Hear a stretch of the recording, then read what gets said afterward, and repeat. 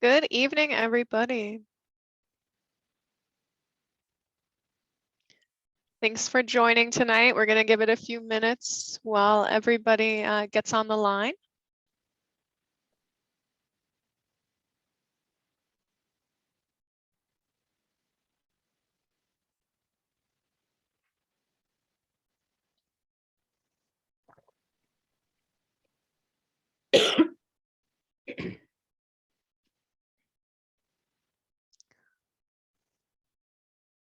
All right, numbers are going up, so we should kick off shortly. Let's just give it another minute. Hope everybody's doing well.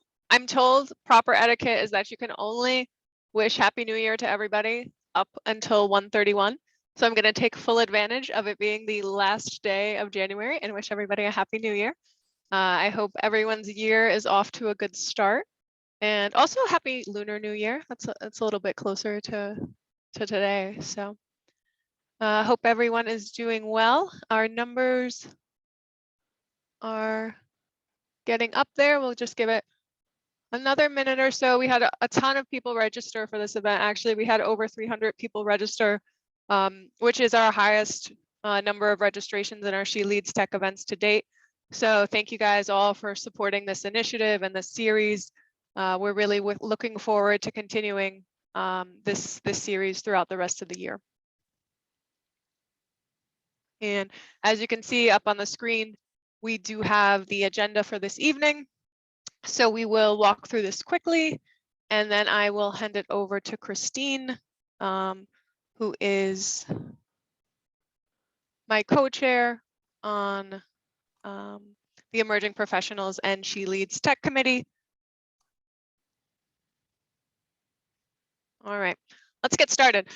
All right, so as I mentioned, well, I didn't mention yet, but as many of you know, I'm Alyssa Mbako. I am the chair of SheLeadsTech, Emerging Professionals, as well as membership for the ISACA New York Metro chapter. Tonight, I also have Christine Russell with me. She is my co-chair on SheLeadsTech and Emerging Professionals. So tonight we have a great event planned. We're kicking off, as you know, right now. And then we will have our keynote speaker followed by a networking session for about 15 minutes where everyone will be able to give some intros on who they are, hopefully make some new connections.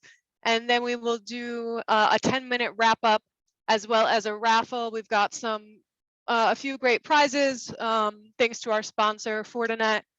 So we hope you guys enjoy the evening. There will be some polling questions throughout the session. Nothing too difficult, really just helping us to get some better information about what you guys like about this event. If you would be open to doing an in-person event, or if you prefer to keep these virtual. Hopefully, based on the results we get back, we're planning to do an in-person event when it gets a little bit warmer outside. So those polls will be coming up periodically throughout the session. And again, just a thank you to our sponsor for helping us put events on like these. And a thank you for all of you, our women leaders that have joined, as well as our allies to help strengthen our community. So we truly appreciate it. With that being said, I will hand it over to Christine. Thank you so much, Alyssa. We are very excited to welcome Judith today. She has deep experience in the field of cybersecurity and a very diverse experience, I might add as well. She is the founder and lead counsel of Germano Law, LLC, and is a professor at NYU. She is also a board member, author, and former federal prosecutor. As chief of economic crimes at the U.S. Attorney's Office in New Jersey, she successfully handled cases of national and international impact in cybercrime, securities, and other financial fraud, corruption, and national security matters. Today, we encourage you to ask Judith questions as we go, so feel free to raise your hand and come off of mute, put a question into the chat, and I'll monitor that. And if you want it to be private, feel free to send it to me, and I can relay it without sharing your name. So I will turn it over to Judith now. Thank you so much, Judith. Well, thank you so much for having me. I appreciate the invitation, Alyssa and Christine, and thanks to the whole ISACA team. And also thanks to all of you for joining us. I know it's only Tuesday, but no doubt a long week for cybersecurity professionals. And I'm glad that we could spend this time together.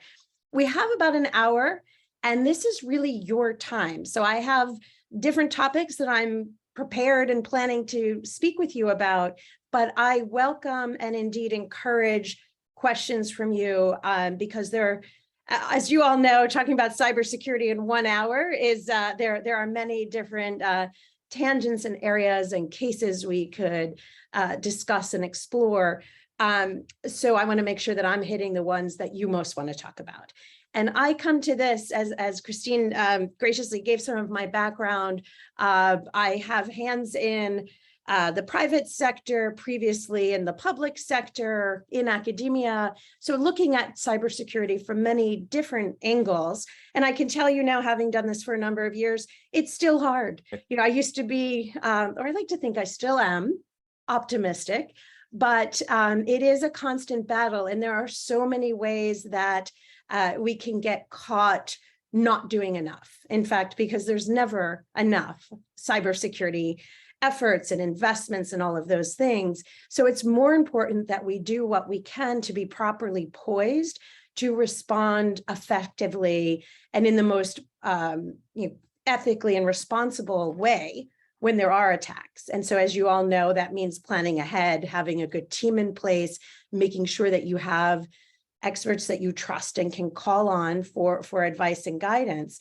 But also as professionals in this space, it's important that you are ensuring that you're protected, that you are in an organization where there is an appropriate culture of sufficient transparency and good communications and an environment where you can discuss issues and concerns in a way that they are not just brushed under the rug, because when that rug goes on fire, there's a lot of acid coming up, hypothetically speaking, of course. So just in terms of some of the work that I do, I started after leaving the U.S. Attorney's Office, where I worked on cyber security cases as well as economic crimes, financial crimes cases, sometime previously in the National Security Unit, as well as the Public Corruption Unit. 10 years ago, in 2013, I started my own law firm, Germano Law LLC. It's a boutique cybersecurity firm focusing on cybersecurity, data privacy, also advising clients on criminal investigations, civil investigations, and other complex matters. And in that realm, it's a lot of times what we see is crisis management, you know, and that has become such an important part of our work collectively as cybersecurity professionals, is understanding how, you know, to best manage a crisis, is preparing for that crisis, but also keeping a good head, having a good team in place, and thinking so much of it is good judgment and good judgment calls, that by having training and talking to colleagues and understanding what the risks are, understanding the cases where things did not go well for other organizations or individuals, can help all of us in our turns of handling crises preferably, and hopefully do it better. In addition to my legal work at the law firm, as Christine mentioned, I'm also at NYU, and I wear a few different hats at NYU in terms of, I'm a distinguished fellow in the Center for Cybersecurity, which is a joint collaboration between NYU School of Law and NYU School of Engineering, the Tandon School of Engineering. And it was a wise configuration, I'd say, because you're sitting there, I think we realized that a group of lawyers just talking about cybersecurity was not enough of the picture. And also that just looking at cybersecurity from a technological perspective misses a whole realm of risk and obligations and potential pitfalls. So by ensuring that there's good collaboration and communication within our organization at NYU, but also generally for your teams, to have an interdisciplinary approach to cybersecurity is really what we try to practice, are the programs that we develop, the training and teaching that we do, and our focus. So we do closed door sessions, we do public facing events, and also teaching, including a Master's in Cybersecurity Risk and Strategy program that is co-taught by law faculty as well as engineering faculty. And then in addition to my work with NYU Law School, I also am an adjunct at NYU Stern School of Business, focusing on cybersecurity training and business degree programs. So that's some of my background. Some of what I'm happy to talk about, I'm basically, as I said before, this is really your time. I will add, since it's a SheLeadsTech event, that that whole work-life balance thing, I'm happy to also address.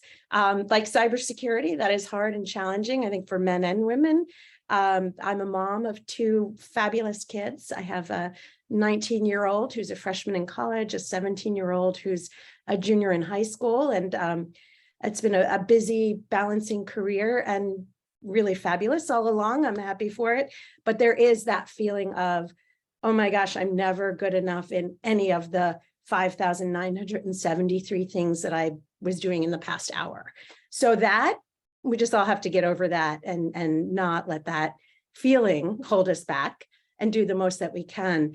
But I have learned also that multitasking and juggling has also become pretty effective in crisis management and cybersecurity work, because it is a matter of keeping a clear head, having some level of comfort in knowing, or maybe not being comfortable about it, but dealing with the fact that you may not have all the answers and you probably don't have all the facts. So what do you need to know? What questions do you need to ask to get from point A to point B to address the situation that's in front of you?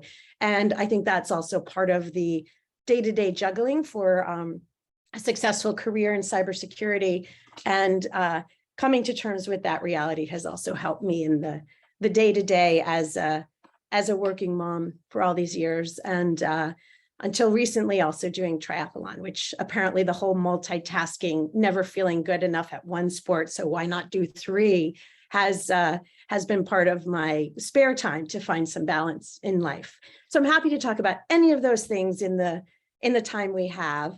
I thought I would start a little bit substantively on just what's going on in the world of cybersecurity. And I know many of you have your own thoughts and priorities on that. And again, I welcome questions about that. But this year, we've seen a lot of big steps and progress in a rather scary way. We have continued to see the trend of significantly increasing stakes with regard to ransomware attacks, exfiltration of data, as part of a way to extort and up the ante to encourage companies to pay ransomware. The Verizon data breach 2022 report showed that there was, I believe it was a 13% rise in ransomware, and then 25% over the last 5 years that we've seen has continued to climb. And then we've also seen how we're getting compromised in many of the same different ways. The IBM Ponemon 2022 study showed theft of credentials still becomes the top choice. Phishing is still the number 2 way that that systems are compromised. And so understanding that so many attacks are through that human element. And there's a lot that we can control with cybersecurity, but the human propensities to click on links that they shouldn't click on, all of us, and just mistakes. The reality is those things are going to happen. So that we're seeing it's significantly a majority of attacks attributed to the human factors. So as cybersecurity professionals, what do we do about that? I would say education and training and good communications is really important, cannot be overstated. The number of attacks that could have been avoided if someone just thought twice before giving information or sending a document or clicking on a link, or double checked configuration of a system. But then also the importance of continuing to develop and adopt appropriate technological safeguards that save humans from ourselves. Double checking the fact that human errors are going to happen and going to continue to happen. And so I think those are, that's nothing new, I'd say, but we are seeing a continued emphasis on the importance of defending constant vigilance in defending networks, addressing the continuing rise of ransomware, then making sure that organizations understand what the stakes are and understand that you may get a certain perpetrator in your system. It may not be a ransomware attack today, but is your senior management prepared and ready that demand may come, or it may be something more than just an anomaly in the systems, and making sure that there's good communication channels and structure and protocols for addressing that and making sure that people can make good decisions. Whether it's a ransomware attack or some other kind of cybersecurity breach or incident or event, it's whatever we may define it at that moment, depending on the facts and circumstances. I also think that for success for cybersecurity professionals is the ability to understand where the other people in your organization are coming from. And in a time of crisis, appreciating that not everyone is on their best behavior, but it really is a time where I've seen, people rise well above expectations, exceed expectations and handle the crisis in a responsible, thoughtful way that is effective, but also appreciating that cybersecurity incident response has high levels of burnout. It's a very taxing and demanding role. And for organizations and leadership to understand that is very important. So as current and future business leaders, to have that level of empathy and understanding and saying, oh, that person is not actually a jerk. They're just afraid of being fired because something has gone terribly wrong.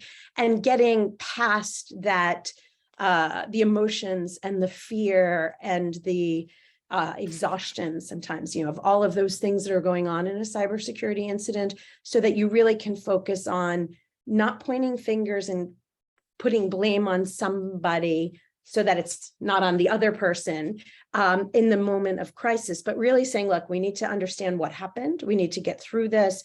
We need to see how bad it is now and how bad we think it will be. And being with a team that is willing to handle all those questions, I think, is really important. We've also learned from some pretty serious incidents the importance of an organization taking care of their responders, bringing in food, making sure that people get breaks. On big breaches or incidents, there have been, on-site mental health experts and therapists, to ensure that people are doing okay and getting rest, or their family has what support when they're not able to come home for a few days because of the seriousness of the work that is involved. And I think building those kinds of relationships and support among teams can really help to guide a more effective and proper incident response. So those are some of the softer skills. We could spend a lot more time talking about the practical nuts and bolts of legal obligations with regard to disclosure. But since it's an evening and it's only Tuesday, but it's been a long week, I thought I'd talk about that somewhat different Yeah, Judith, we concept actually do have a question that came in on that, and just wondering if you are seeing more companies put in place more that mental health or support systems to kind of help people in some of these more challenging jobs. I don't know if you have any kind of view into that. Yes, I don't know the statistics or how often it's happened. I know from some companies that have gone through very intense cybersecurity incident response that they included that aspect of mental health support, and as well as just making sure the care and feeding of your team has made a very big difference in terms of helping people continue to perform at their highest level, understanding that the organization actually cares about them, and indeed recognizing it's a very stressful, difficult time. So having some kind of outlet and support has been very effective. So I wish I could say how many organizations are doing that. I'm happy to say at least some are, and I'm going to venture a guess that probably more should be. Men are. Yeah. I think that's a great point though, because honestly, I've looked at a lot of plans and I've heard about a lot of situations, and that isn't necessarily always on everybody's mind, right? Because everyone's so busy about trying to respond to the event, and I think that's a great thing to kind of have baked in to a plan to make sure those kind of things are in place for your people. Right. Yes, I completely agree. And that's one, right? So a basic good cybersecurity step is make sure you have an incident response plan. And the incident, you have to know where it is and who's on it, and it should be regularly updated. But excuse me, part of that plan should include practical things like out of network communications. You may not be, many times it doesn't make sense to be emailing on your system when the attackers are in your email, and they can follow the steps that you're taking to try to defend. So you might use out of band communications, but you also should know what are the means for informing people within the organization. Some organizations look to social media, some specifically are reluctant to do that. It depends on the industry, it depends on other aspects and how they can best reach their employees and their third parties and their public. But I think adding, as you mentioned, Alyssa, having baked into your incident response plan also, ensuring that people are getting support and care and understanding that during crisis response can be very difficult, serves two purposes. One, it takes care of the people in the crisis, which is really good. But two, in the process of developing your incident response plan and training the executive leadership team and the responders and the board with regard to that plan, gives an opportunity to socialize the reality of cybersecurity incident response. It's hard. It is very hard. We're going to be asked to make a lot of difficult decisions without full information on a very short time frame. And helping people to know that before the actual crisis goes such a long way, because then when they're saying, why don't you have the answers? Why don't we know this? What's happening? It's like, oh, well, because it's hard. And this is, what's happened, and you've had that conversation already. So it's less of a surprise. Is a question. Hi, Judith. Of course, great content out there. So while Alyssa brought such an important piece about incident response, would you like to share something about crisis management? Does it overlap it, or how does it come in play? So kind of touch down on that piece as well. That would be very informative. Thank you. Sure, thank you. So crisis management, it depends on the level of crisis. There are firms that specialize in cybersecurity crisis management. But what I found is the most important piece of it is communications and understanding internally within the team. Is everybody speaking to each other appropriately, getting the right information to the right people who need it to respond? And then within the organization, are the communications handled? And externally to the public, to the regulators, are the communications handled? And in crisis management, it's often one of the tricky things is how much to say, when, and to whom. I said that's one of the tricky things, but that's actually multi-leveled of difficult, because there are times where there are legal obligations to disclose certain aspects of an incident. There are times where it may not be completely clear if you're legally obligated, but it would be better coming from the organization than from outside. And there's a sense that it's better to disclose. There's a concern if companies over disclose or prematurely disclose, they're creating unnecessary hysteria, or they might be wrong. So understanding as part of a good crisis management, how quickly can the right people be contacted and informed? What's appropriate levels of escalation within the organization? When does the Chief Information Security Officer know, and what's the mechanism for that person to be notified? When does the general counsel or the head lawyers at the organization need to know? Is the privacy attorney, if there is a separate one, involved and notified? When does the CEO need to be informed? Do you have to tell your auditors? When do you tell the board? Who tells the board? How much do you tell the board? And which person or people or committee of the board needs to know? All of those types of things that can be part of an incident response plan ahead of time, considered and planned out, but also executed in a responsible, effective way, lead to good crisis management. And there are things that can be done in advance, such as talking points and having external communicators and firms set up that can guide through a crisis, but also understanding that people, a level of trust within the organization helps a lot with a good incident response and crisis management plan. And I think an example to talk about is earth-shattering, we'll say, groundbreaking, terrifying, disturbing, and all other adjectives we can talk about this evening. But the Uber case, what we all saw this year with regard to a criminal conviction of the former chief information security officer of Uber, which was the first time that there was a criminal liability for how a breach was handled. And again, it wasn't because of the fact that the breach occurred, but it was focused on failing to disclose the breach. And for those of you who, I'll just give a little bit of quick background on that case, but it was the chief information security officer of Uber, who was a former federal prosecutor who handled cybercrime cases for the Department of Justice. So arguably there may have been a little bit of view in the Department of Justice that they were holding him to a higher standard and he should have known better perhaps than others. But I will also say this was still is for many, a very highly respected cybersecurity professional. When President Obama held a cybersecurity summit at Stanford back in, I think it was 2014, and signed an executive order there, this CISO spoke on a panel of top CISOs in the country about effective cybersecurity. And what happened was there was an Uber data security breach in 2014.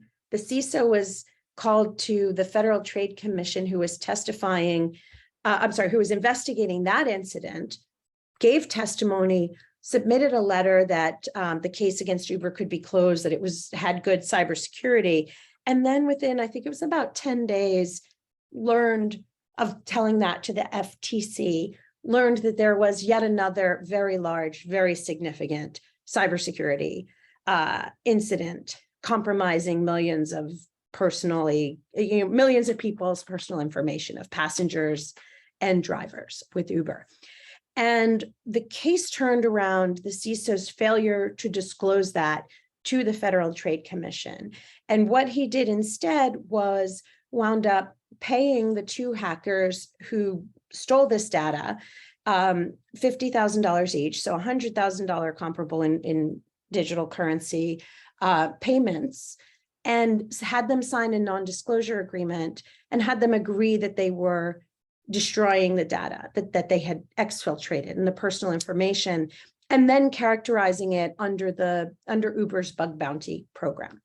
And so under unlawful access to protected information, section 1030, once the information is accessed or taken without authorization, that is a crime that the hackers had committed. And also under pretty much all states' data breach notification laws, information that is accessed, once it's accessed, even if it is later destroyed or returned, it's the viewing, even if it's not exfiltrated, that causes the incident, the reportable data breach incident, when personal information is viewed or compromised or exfiltrated. So covering it up after the fact or having it destroyed after the fact did not negate the obligation that Uber had to report that information had been taken. The other thing, though, that's interesting about this case was that Uber's CISO said that he relied on legal counsel of Uber. The in-house attorney was the one, not the CISO, but the attorney who decided what would be disclosed to regulators, how much needed to be disclosed, and how this would be handled. So often, people take comfort in having the advice of counsel who knows about the facts and the circumstances, and that's a a privilege that you can say, hey, my attorney said this was okay.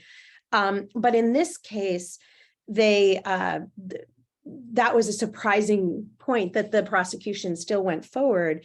And there is it's called a crime fraud exception. If an attorney and another person are conducting illegal activity, that doesn't protect you because you told the attorney you were doing something illegal. And the other point for all of you to know is that if the company attorney tells you advice, it's the company's privilege to decide, if to assert that or not, but not the individual to assert the privilege. So there may be times, and I hope that none of you are in such a sticky or difficult situation, but if you are in an organization where you're not sure that they're making ethical choices, or you might be put in a bad spot, or you're asked to do things to not report or not disclose that make you uncomfortable, after this Uber case, it suggests there may be times where cybersecurity professionals need their own counsel, and they may need to be included on companies' directors and officers' insurance policies, D&O insurance policies. And so it's created a lot of questions in terms of, the CISO's view was that he was scapegoated and hung out to dry, and that was inappropriate. The government's view was that this was somebody who gave false testimony by not correcting what he told the Federal Trade Commission, made what the judge even recently called was hush payments, paid the hackers not to disclose what they had done, and covered it up by calling it a bug bounty. So those are the two different sides. Whichever side you want to come down on this, I would say the lessons are, be careful. You don't want to be in an organization where you feel the culture might be compromising your professionalism and your integrity and your choices. And there might be times where you need your own legal counsel to make sure you're sufficiently protected. Now, all of that messaging, on the other hand, when you're doing cybersecurity incident response, it's a team effort. Everybody's trying to, go for what's best for the organization. If people are so obsessed about looking out for themselves and whose head is going to roll as a consequence, it undermines the effectiveness of the cybersecurity investigation. But I think those are all things that are just helpful in your training arsenal to be aware of what's going on in the landscape, that for directors, for officers, for cybersecurity professionals, there's been an increased effort to hold individuals accountable. And it's very scary because, as I said in the very, very beginning of my talk, this stuff is hard. And there's always 100 ways that mistakes happen and that people mess up. And after the fact, Monday morning quarterbacking in cybersecurity is such a different view than when you are in the fog of the crisis, trying to manage this, trying to understand what networks may or may not have been compromised, what data may have been taken by whom. Going back to the Uber case, the CISO actually cooperated with the government after making the $100,000 payments. That enabled Uber to trace the blockchain of where the payments went, identify who the hackers were, turn that over to the government, give full cooperation so that the government could arrest the individuals who pled guilty thanks to Uber's cooperation. And yet then the government turned on the CISO. So it's, I think that you just want to be aware of what the risks are. And in that realm, I'd say another recent development on the area of caution is what's happening with regard to attorney-client privilege in forensic reports, because the courts have not been as friendly toward preserving the privilege or upholding the privilege as we'd like. So an attorney-client privilege, if there's a confidential communication between an attorney and a client for purposes of giving or receiving legal advice, that would be protected. And when there's a civil action, attorney-client privilege communications don't get turned over.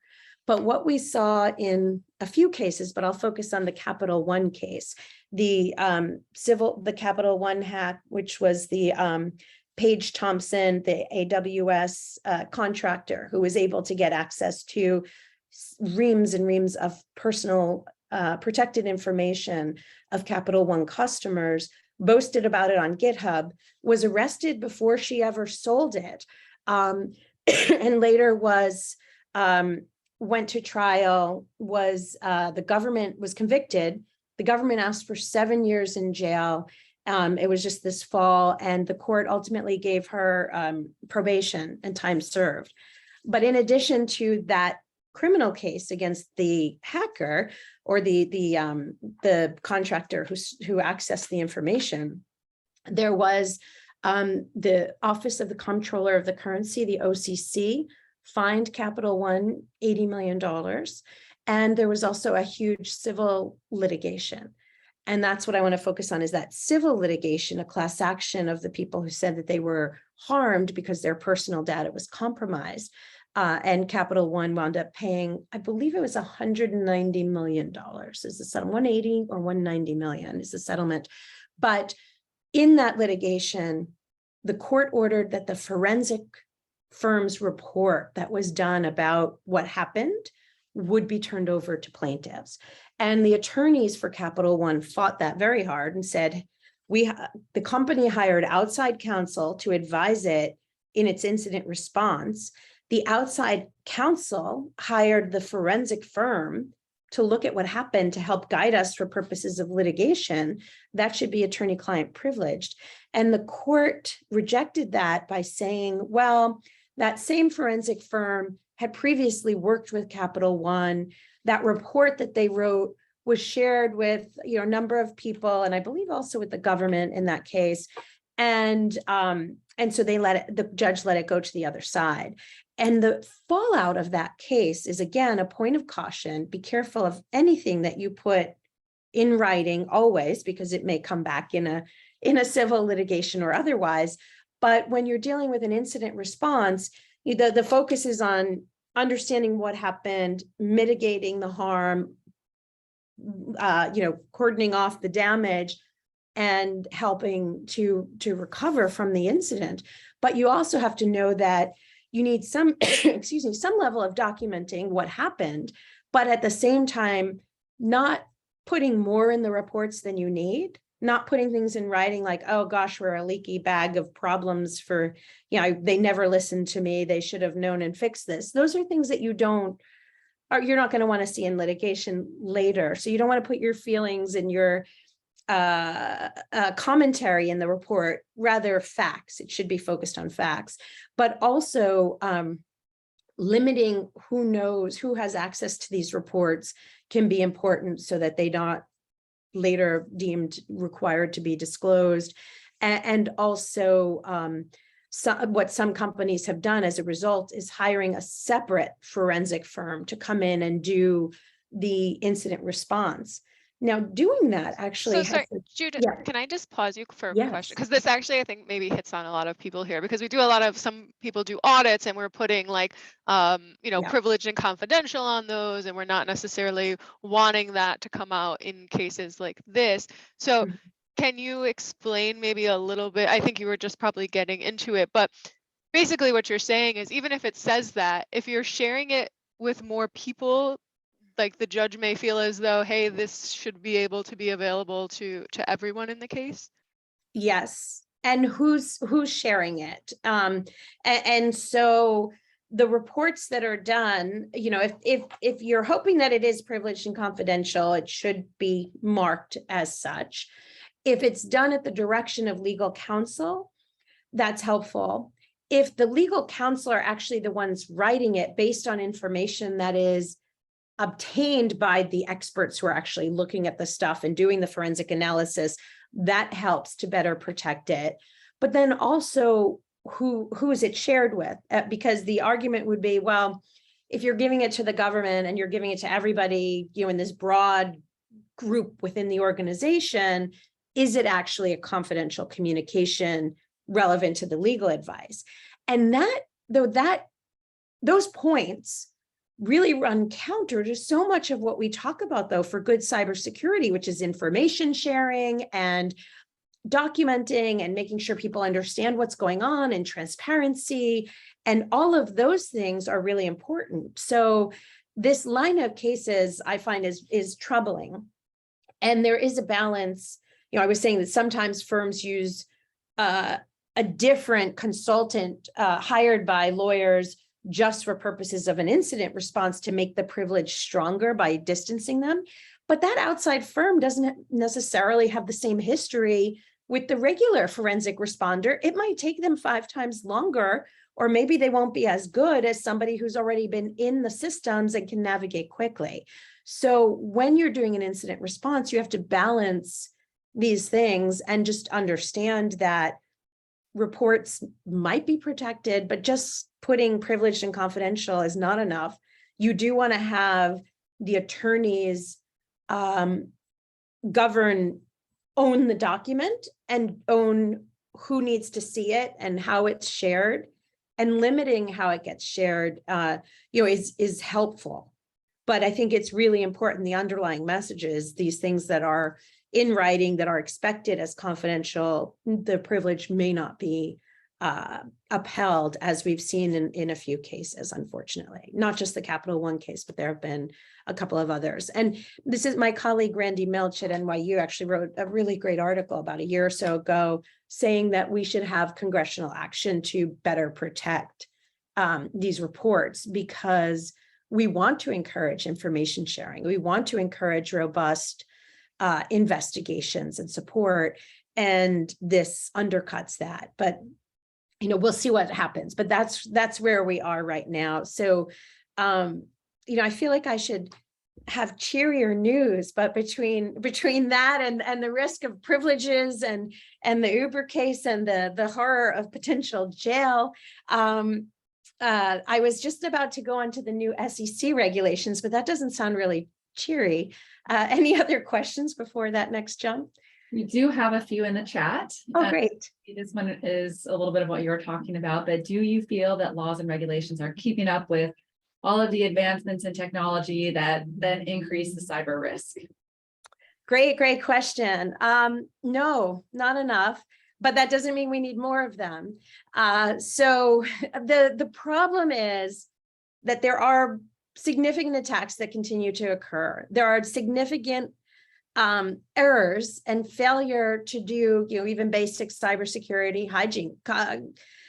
The Colonial Pipeline, it was an old VPN that wasn't even used anymore, that was still on the server, a compromised password, and no multi-factor authentication. Those are really easy, basic cybersecurity stuff that, I make sure my kids are following those different things with multi-factor authentication. I mean, whether they listen to me or not is a different story, but we try, right? But in an organization, people should be, there's a little, that's a basic step to have people for better cybersecurity. So now what happens is, because we keep seeing these attacks, regulators are trying to up the ante and require more, but there's risks of that as well. So I think that there are some regulations that help, and some that I think go too far. And so, for example, the SEC has recently proposed new rules on cybersecurity that are supposed to go into effect in April. The proposed version of the rules that came out last spring were then subject to a comment period. There was a lot of comment and criticism, and the SEC is supposed to be working through some updated version, which I'm hoping, but I don't know, but I'm hoping is better. But in those rules, there were things that, for example, a company would be required within a very short time frame to disclose a cyber incident. And the concern is to publicly disclose in an 8K filing, an SEC filing of a material event, if you're a company that is subject to SEC oversight. So publicly traded company, or a broker dealer, or investment advisor. Now, the problem with that is, if I have to do a public filing within, whether the SEC comes down on making it 2 or 3 or 4 days, that's still a super quick time frame. Most companies, it's going to take them a long period of time to figure out how to do to have their 8K ready and the text approved and all of that. But you haven't yet, in many cases, figured out the scope of the harm, informed the stakeholders who are subject to the harm, fixed the harm, and helped ensure that other third parties and other people who may be compromised have had an opportunity to fix the harm. So if that becomes a public filing, basically revealing a vulnerability that has not yet been addressed, something that's supposed to be a regulatory action to increase cybersecurity would actually have the opposite effect and make us less cyber secure. So there's been pushback on that one in particular with the SEC, and hopefully they they'll do better, and we'll avoid the panic, and we'll avoid the if it doesn't have to be publicly available. But that was a rule that kind of came out of concern that companies weren't telling investors soon enough. There are other aspects of the rules, such as disclosing cybersecurity expertise on the board, explaining training and cybersecurity mechanisms within the organization that may be less damaging. Some people have said, well, if you're disclosing your cybersecurity tools, are you revealing who is the low-hanging fruit who should be subject to attack? Or are you revealing your trade secrets on cybersecurity?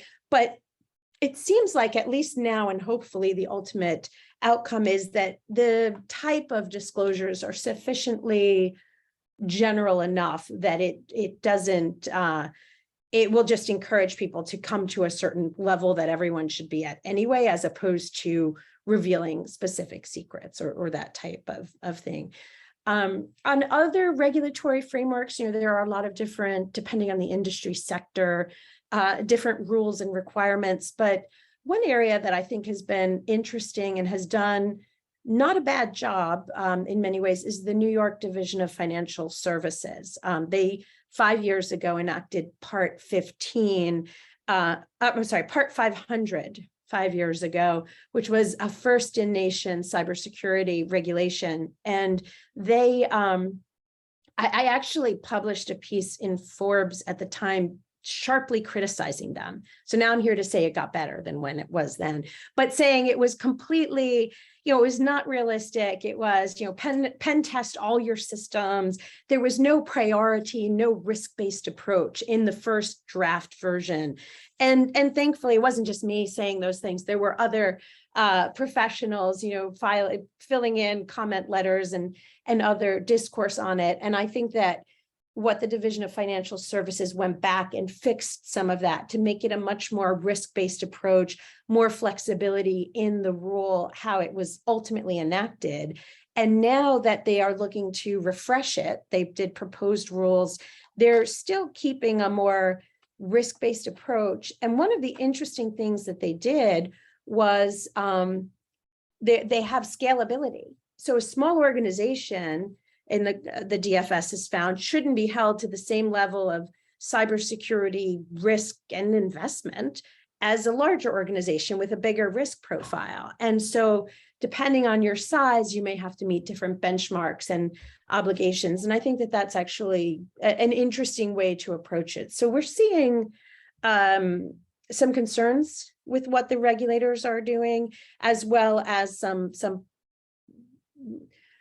I'll call it positive developments, though we want to, the concern of too much regulation is that then people worry about compliance and checking the box and they get distracted from core cybersecurity. But for a long time, we talked about self-regulation, and quite frankly, it wasn't enough. Organizations weren't investing enough in their people and in their technologies for good cybersecurity governance. So there's some right balance that we're trying to find. I'm not sure that we're there yet. In fact, I think there's still a lot of work to be done.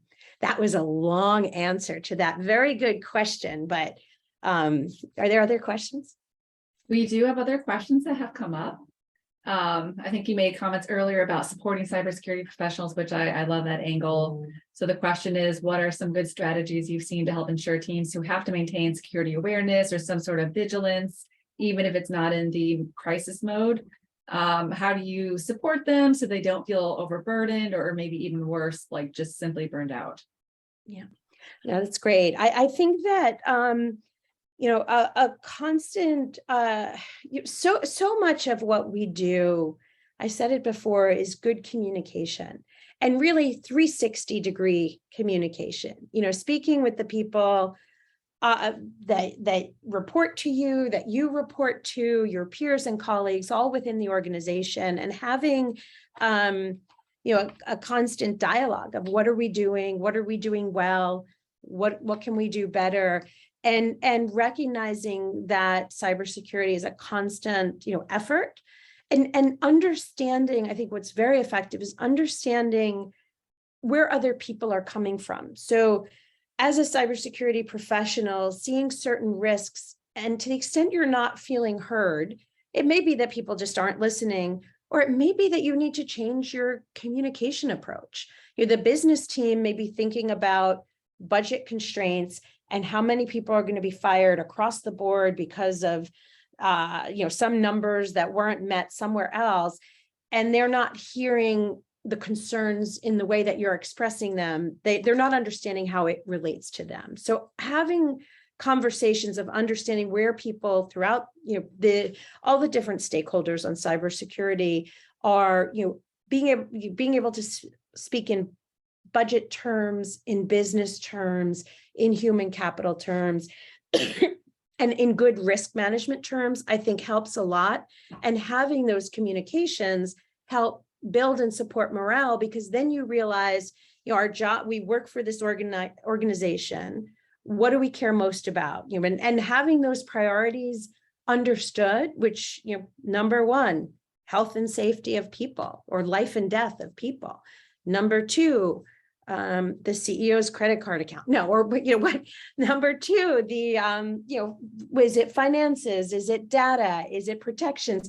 Having the conversations so that as a team, you have the priorities collectively understood for risk management, saying, all right, this is what we care most about. We're operating in a certain region where personal information is highly protected, and what are we doing to protect it? Is it encrypted? Well, what's that going to take? What kind of budget do we need?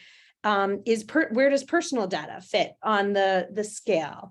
Where does operations and continuity fit? Are we worried about someone poisoning the water system? And do we not have our operational technology up to standard? And is it subject to informational technology compromise? And how are we addressing that? Maybe that's a higher priority. But again, speaking with the team, and speaking just beyond the cybersecurity team, but with other stakeholders within the organization.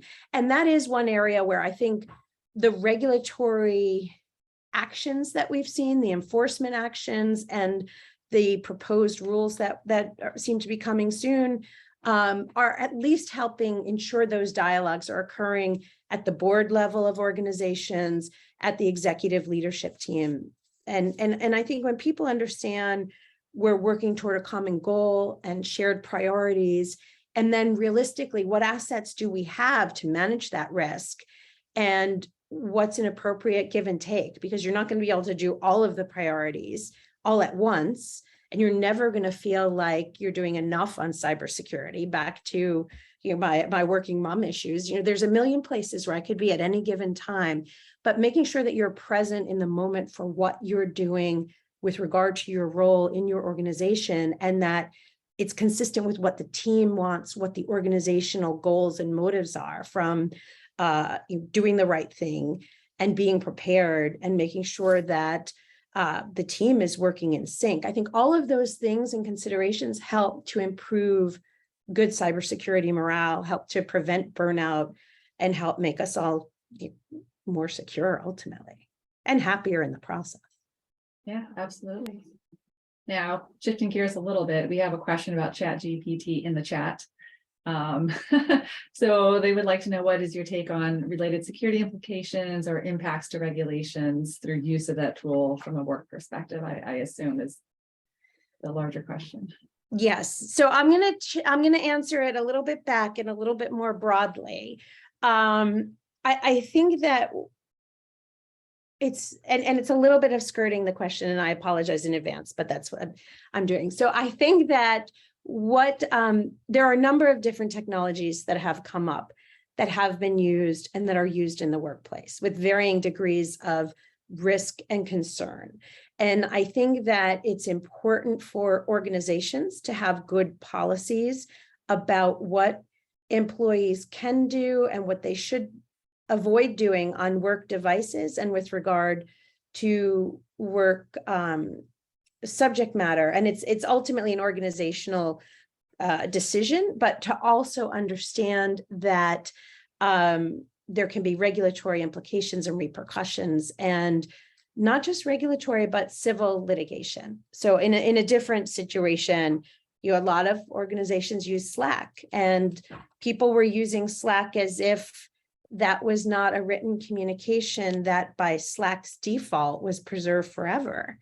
And as I came to cybersecurity, first I was as a lawyer and a litigator, and seeing all the things that people put in writing that they never expected would be kept forever, creates an issue. And then people say, well, this is if it's encrypted and it will never be found, until it's decrypted and it's discovered or it's found in another way. So I think that organizations should have good policies. I think as cybersecurity professionals, you can advise business leaders, what kind of policies do you need with regard to employees on work devices, on work subject matter, and what vulnerabilities may come. But this is something that I think is regularly an issue. And then with regard to the securities regulators or other regulators, I think that we might see some further action on that, but I cannot speak more specifically about that. Thank you very much. Another question, would like to know any of your insights on how universities, not necessarily NYU, but just in general, may shape their cybersecurity curriculum to help best prepare grads for the workforce. So in other words, are there any current gaps out there that you see that, could be plugged? Just wanted your insights on that. Yeah, no, that's a great question. I would say, it's such a critically important role, right? So years ago, when I was a prosecutor, I was doing, this is going to show how old I am. I was doing a case where we were going to get the target's emails. And at the time, it was a big deal. We went to the one computer crime prosecutor in my office who knew how to do a special search warrant to get email technology device. He was the computer crimes guy just to get a search warrant on email accounts. So it became, that was a computer crimes case. So ultimately, we're at the point now where any prosecutor has to know how to get emails and texts and chats and deal with all of those different things, whether you're in the healthcare or financial crimes or political corruption or whatever realm. Similarly, everybody needs to have basic knowledge of cybersecurity and cybersecurity risk and data privacy implications to do their job in any industry, right? It's important that you all are the specialists to guide the organization, but it is such an important basic tool for people who use computers, which is pretty much everybody and their grandma now. Most everybody and most grants, but and that means that we need more education and we need more training. And I think that one of the challenges is not having enough expertise and not knowing how to do it in an appropriate way that makes it interesting and accessible. There's a good place for classes that are very deep technologically focused and people who should know that. And there are good classes that are very heavy on regulations and risk management. And there are people who should know that. And then there's this general knowledge that people should have that I think is really important. So on NYU, I think we're doing a great job. I love that we have as I mentioned, the Masters in Cybersecurity Risk and Strategy program that really gives a balancing of some law and policy and governance and risk, as well as some technological knowledge. And people who take that class are cybersecurity professionals with tech backgrounds, with law backgrounds, people who don't necessarily have cybersecurity experience, but want to be in the field. We had in a prior class, public company corporate board member. We've had a federal House of Representatives member. We have different people who feel in all their different areas across industry need to know cybersecurity. And I think that that's where we're going with it. And I think as we have more cybersecurity professionals who are involved in organizations to give more classes and training, I think that's great.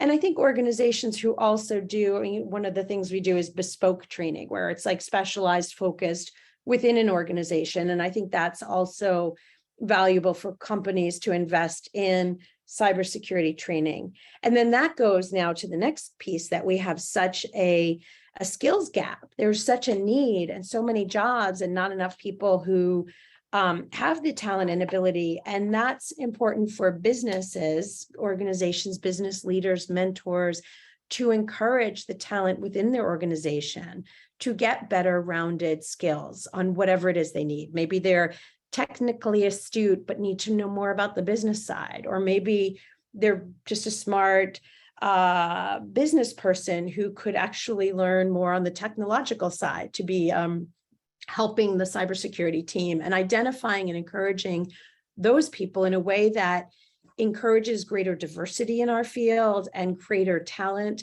and helps people to understand that the reality in cybersecurity, if you think you're that cybersecurity professional who actually knows everything all around on cybersecurity, that person is completely kidding themselves, because it's hard all the time. There's always new stuff, and you should always be saying, maybe I knew and had a good handle on this yesterday, but 5 incidents just happened today, and the technology is changing all the time. The risks are changing all the time. And in this hour that I've been chatting with you, we probably got 3 more regulations and 2 more enforcement actions for failing to protect data. So now I have catch up to do, right? And understanding it's always a growing thing, having companies that really support and encourage that, I think, is very important. Thank you, Judith. I know we're coming up a little bit on your time allotment here, so just wanted to do one last final call for any questions. Feel free to raise your hand, come off mute, or direct message me. Japanese, did you ask? Thank you, Christine. So Judith, one quick question. So how about your career trajectory? Like, did you follow a very traditional path to be, in the legal field, or how did you navigate it? So share your tidbits and your fun fact. Okay, thanks. No, so I am the first person known in my family for however many generations to be a lawyer. And when I was a kid, I said, I find law so fascinating, but I'll never be a lawyer, because I thought lawyers were sort of nasty, angry people who just wanted to fight all the time. And that just seemed like a terrible way to spend your day. So I actually went to law school wanting to be a crisis communication consultant. And at the time, my frame of reference was not cybersecurity, but was actually years ago when somebody tampered with Tylenol. And it was a big crisis of, we have to get this product off the shelf. What are we going to tell the people? What are we going to tell our brokers or distributors? Lives are at stake if we don't do it right. I went to law school to be the person who could help companies navigate crises like that. And I thought, well, if I have a law degree, maybe that'll give me more clout in the boardroom and they'll listen to me. Then I got to law school, and literally my first semester, there was someone who spoke who was a federal prosecutor. I thought that sounded really cool. So that was how I wound up sort of following toward that path. But interestingly, while in law school, I actually coordinated a conference called Cyberspace and the Law. And this is a little known fact, that cyberspace and the law, and having looked at it, it might be the first legal cybersecurity or cyberspace or cyber law conference in the world. I haven't found another. It was one of the first, or maybe the first. There's actually a journal that was put out about it. And we talked about things like protecting children, protecting intellectual property, security, which ironically, all these many, many years later are still really important issues. And so then, being a federal prosecutor, I worked in different areas. I worked in cybercrime, and I saw that many companies didn't know how to address this threat. I saw that it was a growing, increasing threat. I opened up my own law firm and people said, nobody's going to pay you for that. They're only going to pay if they have a real problem. And I said, no, this is a problem. I want to get ahead of this. I want to help them understand. And I opened my firm and joined NYU in September of, August of 2013. And Target, for those of you who recall, was November, became public in December 2013. And then there was Home Depot and Anthem and many, many, many others. So the timing was really not bad. So that's my quick story. That wasn't really the shortest version, but that is a short version of how I got to be here. I would say I love it. You brought a terminology with you, if not threat hunting. I was about to pose a career hunting tip, right? Tylenol off the shelf. Love it. Thank you for sharing. Thank you. I would just say in closing, first of all, thank you so much. It's wonderful to spend the time with you. I appreciate the questions and being here. The other piece, though, the other answer to that question was when I left government, what I wanted exactly didn't exist. And so I took a bit of a risk. I mean, my husband was terrified that I was going to trash my career because I had all these really fabulous other opportunities for jobs that were sort of the normal thing to do, leaving the nice government job that I had. And I did something that was a little different and a little more risky. And it was really all thanks to my daughter, who at the time was, I believe, 11. Oh, no, she was 9. And we were sitting at Starbucks and I told her I was thinking of opening my own firm, but I was kind of scared. And she said, well, if it doesn't work, will you get a new job? And I said, yeah, I could get another job. And she said, well, Mommy, why wouldn't you do it?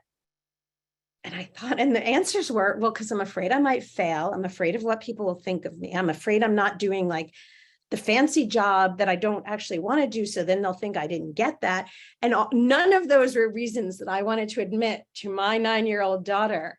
And I just said, you're right. I might as well just do it. Worst case, I fail and I'll go find another job. So don't be afraid to fail. Obviously make thoughtful choices and don't be crazy about that. But getting over that piece of it can really lead to fun and exciting things that I have been very happy about. I'll say that. Thank you so much, Judith. I appreciate your time. I know we were also fascinated with all of your examples and stories. We were all on edge. Enjoy hearing more about even the care and feeding, I guess, of cybersecurity professionals, something not probably talked enough about. But for those who may be like me and couldn't get enough of Judith, we have already invited her back for February 15th to delve more into that proposed SEC cyber reg that Judith mentioned earlier. And it will be more of a panel type format. So we'll have a CISO there as well and a moderator. So please plan to join us. It'll be around the lunchtime, starting off at 12:30. Thank you once again, Judith, for your time. Thank you so much. Have a good night. Thank you. Thanks, Judith. Thank you all for joining. All right, guys. So now we are going to switch gears a little bit. I'm going to ask Justin if he can put up 2 polling questions for us. So like I said, if you guys would participate in the polling questions, we'd appreciate it. They're just meant to help us gauge our next events, what you guys are hoping to get out of them. So here's our first one. Would you attend an in-person SheLeadsTech event on 3/28? So here we're just looking if people prefer that we do the virtual style or if anyone would be interested in coming out in person to an event. All right, we will give it another 30 seconds or so, give everyone a chance to put their responses in. All right, still getting some responses, so I'll give it a few more seconds.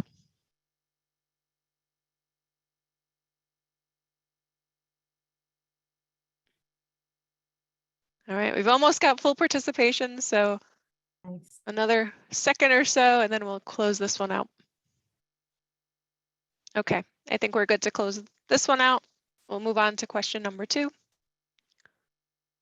So it looks like for most of you, you are enjoying the virtual events. So we will we'll pose the question again, maybe when it gets a little warmer out, and see if everyone wants to come out to an event in May, possibly. All right, our next question here. What time, if we did have an in-person event, what time would you guys want that event to start? We would probably do in-person events are about 3 hours typically, usually about an hour to 2 hours of presentation and then an hour following for happy hour. So we'll give this one a few minutes, not minutes, a few seconds. Participation number is going up. Thank you for taking the time to complete this. We appreciate it. We want to make sure that we are making these events available for you guys at times that work the best for you. All right. I think we can end this poll. Okay, so why don't we do one more and then we'll have 2 more after the networking session. Thank you guys for the results on that. Looks like we're pretty much almost tied between a 5:30 and a 6 o'clock start. Okay, so now we're gonna do breakout rooms. Maybe I should have waited and done this after the breakout, but, but I guess we'll see how the voting comes back after this one. We are gonna do a quick breakout room. It's just gonna be 15 minutes. And what we're gonna do is we're gonna have an opening. I'll actually put these up while you guys are doing the poll. We've got a few tailored questions to help really facilitate the discussions. And we just ask that everybody that breaks out into the breakout room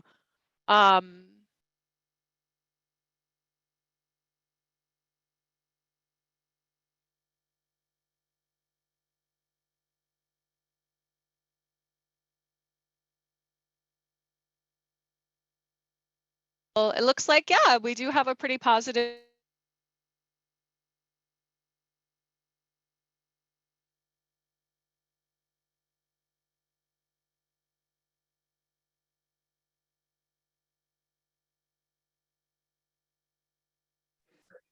I think we may have lost Alyssa. She looks like she's frozen. She's here, Tim. She's back on. Hey, sorry guys, I got dropped. I guess I gotta find out if Spectrum, what's going on with my internet service here. Okay. Are you guys able to see my screen? Yes, we can.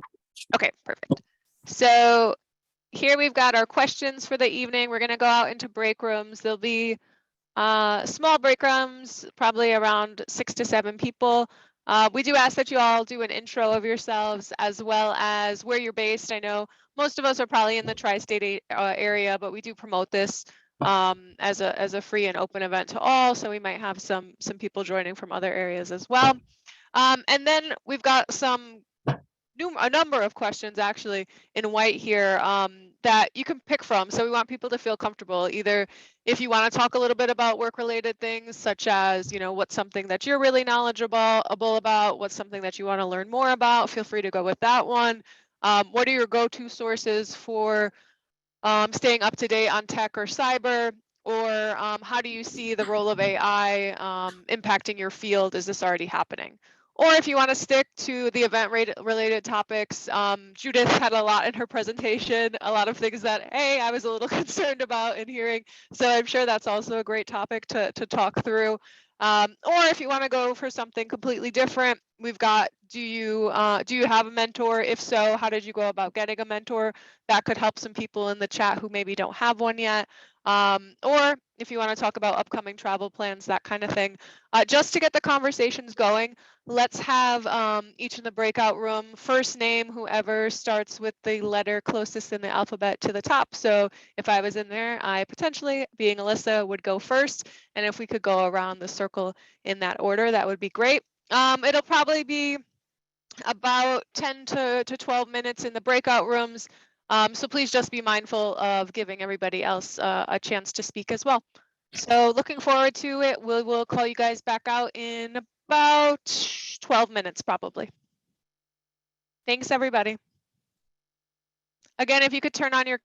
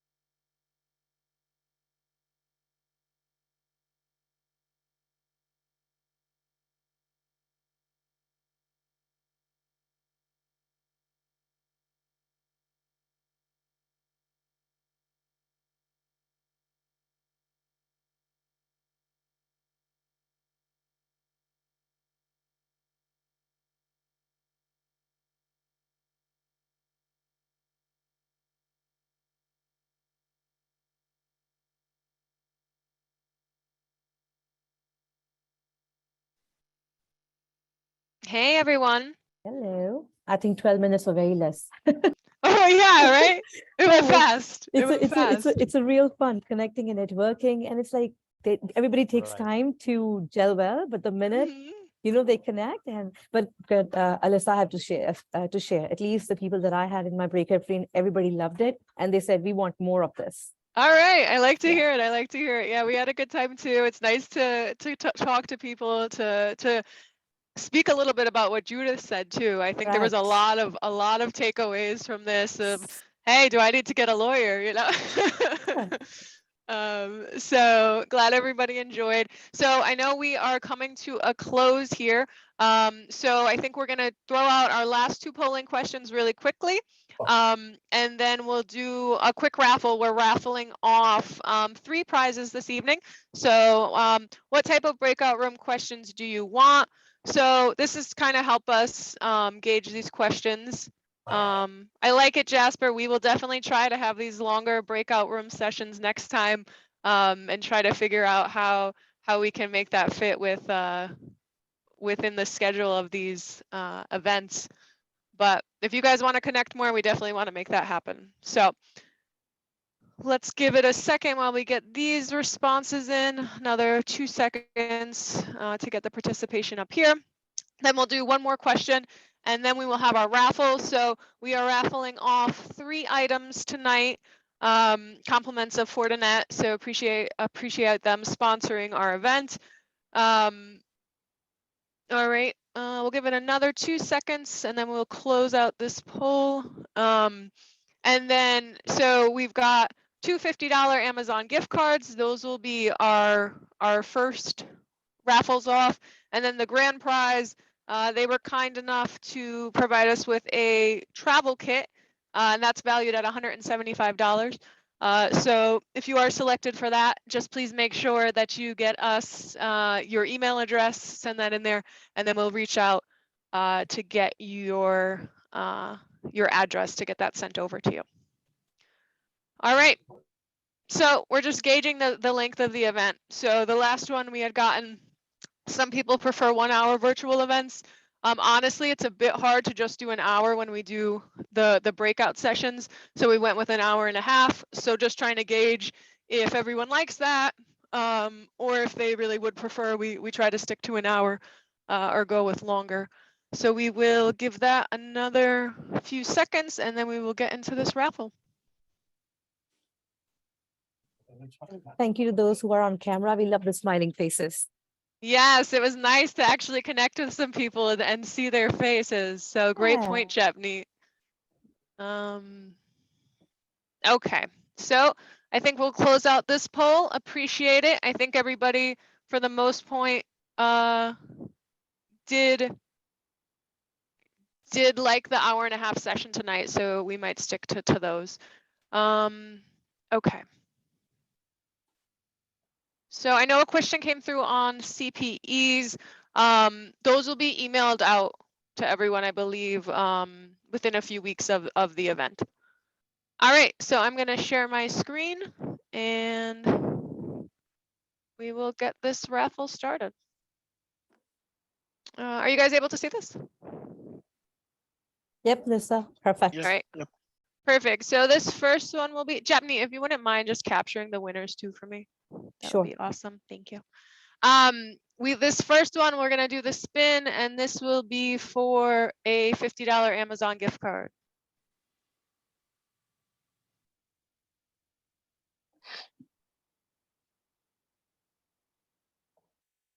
You should bring the music next time. Hewley. I can hear it here, but you guys can't hear it. I'm sorry, I didn't share the audio. But congratulations, we have a winner. All right. And then I know, oh, we're at time, so I will do these next 2 quick. Here we go, another $50 gift card.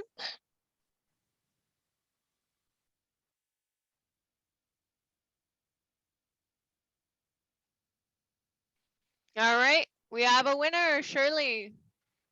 All right, congratulations. And now the big grand prize here. Here we go.